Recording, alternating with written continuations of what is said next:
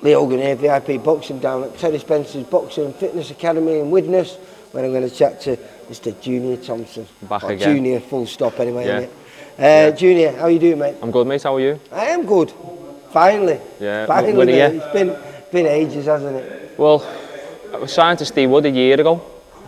Obviously, that show fell through, and then I missed the meet me last. Was it at Christmas you were going to box? Yeah, right before Christmas. Yeah, and then with the other show we had to pull because I think we'd gone because it was going out to Robin Park, wasn't it? I think it was, yeah. Yeah, and I think it fell through and anyway, missed out, but no problem this time. No. Not only have we got a venue, we've got an opponent as well. We have indeed, We've got a good opponent, yeah. a kid who I like. He used to box for us. I think he had about 3 or 4 fights for us. Yeah. Conor Goulding. Yeah. And gamers don't know what. Yeah. Very limited amateur background. Yeah. But he's I think this is going to be his 10th fight with you. So he's slightly more experienced as a professional. A few more. But he's been in with some good kids recently. Yeah, I believe so. Even though he's still got a lot, I think he's lost his last 4, but 3 of them were all quality amateurs and quality pros as well. I think he stepped in with Ryan Dickens on one of our shows. Yeah. And it was a great fight. Got beat, but it was a great fight. Yeah. I think he got his ribs broke early on in the fight. He went all the way through. It's always going to make it hard. Fair play to him for getting through it, though. Yeah, he did, and he did get through it, but it was a good fight. And then he fought a kid you mentioned before, the Southpaw. Jay Hennigan. Jay Hennigan, yeah. Very good. I think he was 12-0 at the time. Yeah, he's good, James. Again, top amateur. I've sparred him a few times, very good. And then he got in with Dan Towers. Yeah. And I was talking to him after the fight, because I think we had Ben Marksby on the same show. Right, okay. And he said he'd won more national titles as an amateur than he'd actually had fights full stop, amateur and pro. So he was up against it before he even gets in the ring, isn't he? He was. Yeah, fair but play he wasn't to him. afraid and doing really well, I think, until he got caught with a body shot late on in the 5th round. Yeah. So he's coming. Coming to win. I'm going to mention now about your last opponent. Yeah.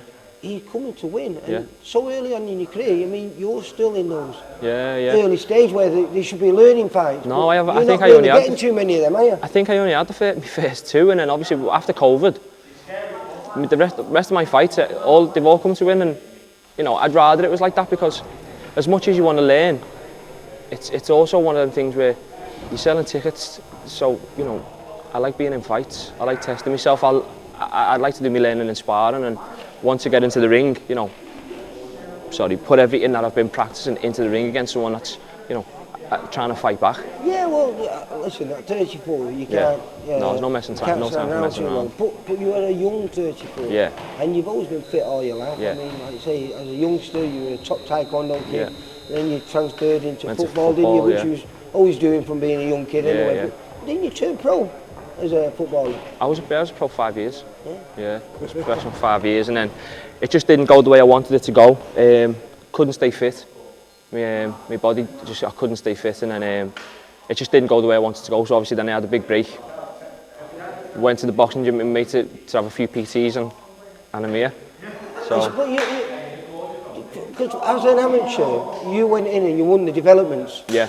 And you became a national champion inside 6 fights, wasn't it? Well, so I had to have my first bout so I could, you know, be registered to fight. Yeah. And then I had 6 in the I had 5 in the championships. Won the championships, and that was my whole amateur career.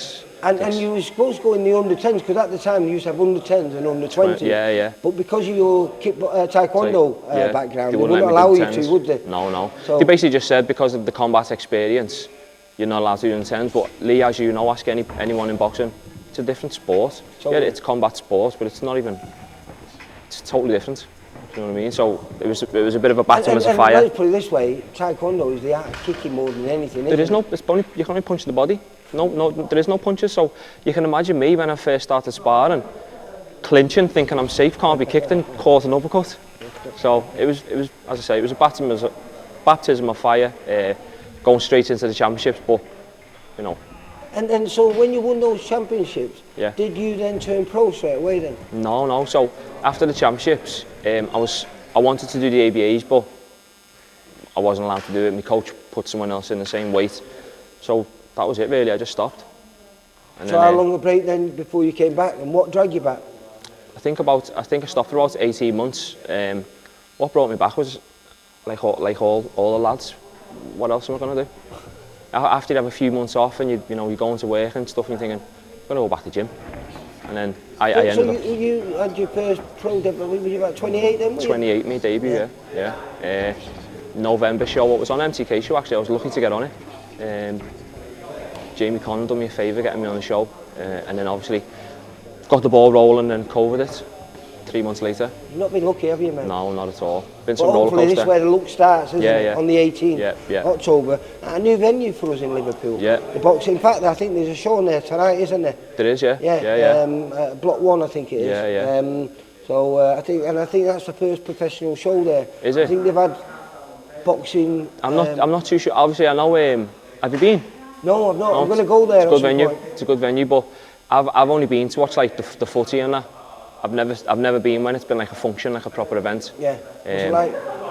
It's boss. Because we've got a nice big card. open space. I think we've got, I'd say 1, 2, 3, 4, 5, 6, 7, 8, 9, 10, 11, 12 fight card on there. Oh, boss, yeah. So it's going to be busy then. Yeah, well, yeah, I hope so. And like I say, we've got your stablemate on there, Nathan Qualis. Yeah. Got Mason Cartwright on there. Got some Mason on kids. it? Yeah, Oh, Mason's good on there. show. We've got Paddy Lacey on there, Anthony Welsh, Ryan Dickens, who we mentioned before, former ABA champion Lucas Doob on there, good. Mason's Cartwright's stablemate, and a real exciting kid. In fact, the kid who's just been sparring Nathan, Liam Williams. Yeah, very good. And Jay Dodd, I don't know if you've seen him. He's tiny, mate. He's Jay Dodd. Yeah, he won the Commonwealth bronze medal. Oh wow! And just signed with us. He had his debut with us a few weeks ago. He's 4-0 now as a pro. Wow. And it's packed card then. Yeah, it is. But packed not just, but with quality. No, it's boss. And obviously, a big thanks to Steve for putting it on. For he's given all the lads a platform to show what they can do.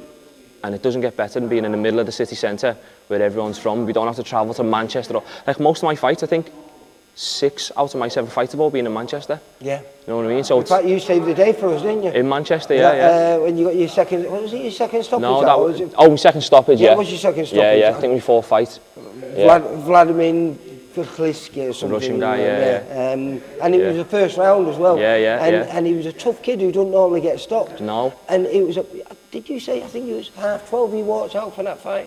I got in the ring at 12:35 in the night. Crazy that, we had a 10-rounder after you. And if you would have done that, I don't think the 10-rounder would have gone ahead. Insane, that. Mad how things happen. We owe you. Yeah. This is why he's done this for you, see. We owe you, mate. I'm grateful. Would have been a long night, that. But watching you today, mate, I didn't realise, Well, I've known you a long time because I interviewed you many years ago when you first started out. Yeah. Didn't realise you were southpaw, mate. No, yeah. Very left-handed, very left-footed, yeah. I always say my right side just for balancing on. All left.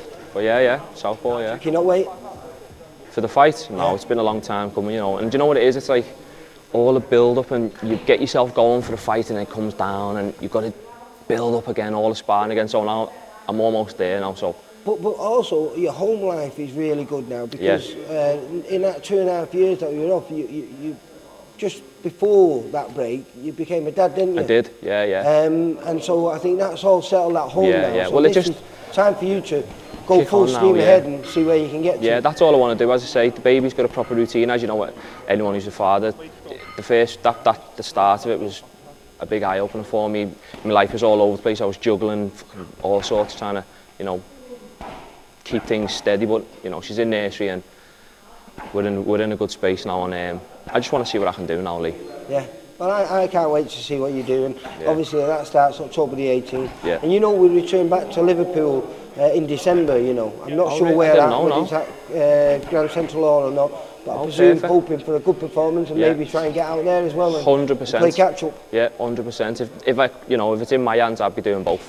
100%. Get myself into a good rhythm going into the new year and then, roll the dice. Right, Junior, we'll see you on the 18th. Nice one, Lee. And hopefully we'll be chatting to you, talking about win number 8. Yeah, we will. Take care, mate. Nice one, lad. Bye. Thank you. For all boxing, info, news and latest interviews, amateur and pro, across the north, click and subscribe. VIP Boxing Promotions. Also, Twitter, Instagram and Facebook.